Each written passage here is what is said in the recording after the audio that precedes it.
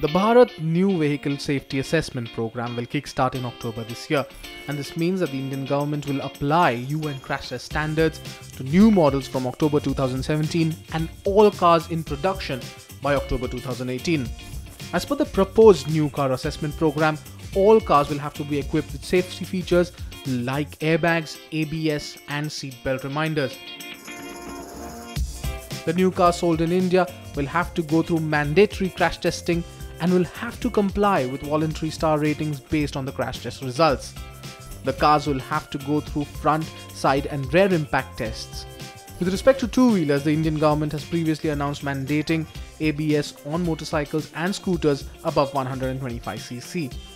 Jessica Truong, Programs Director and Asia Pacific Coordinator, Global NCAP, applauded the government's efforts to making India a safer haven for cars. She said that more progress is needed and making electronic stability control mandatory for new cars, buses and lorries by 2020 is the next big step. Volkswagen will be showcasing the next generation Polo hatchback on the 16th of June.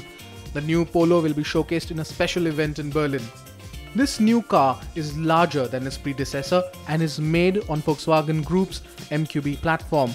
The new Polo looks slightly larger and comes with a more pronounced design language, but at first glance, it is still similarly proportioned as the last gen Polo. The larger size of the new Polo though will mean a larger cabin and more passenger space. Under the bonnet, the international spec Polo will be powered exclusively by turbocharged petrol and diesel engines. From the 16th of June, petrol and diesel prices will be revised on a daily basis pan-India. This will happen in sync with international rates, similar to what happens in most advanced markets. Petrol and diesel prices will now be published in the newspaper on a daily basis, and price-related data will be sent via SMS or apps by companies. Mahindra Racing finally managed to win its maiden race in the Formula E series at the Tempelhofring circuit in Berlin, Germany. Mahindra driver Felix Rosenqvist won the first of two Berlin E-Prix races. Starting from third place, Rosenqvist moved to second place and finally used the extra energy he had saved to take the lead in the race. Mahindra's Nick Heidfeld bagged a hard-fought third, making it a double podium for the Indian team. Finance Minister Arun Jaitley hinted that the tax rate on hybrid cars will not be reviewed, saying the industry demands were not in sync with a study conducted by tax officers.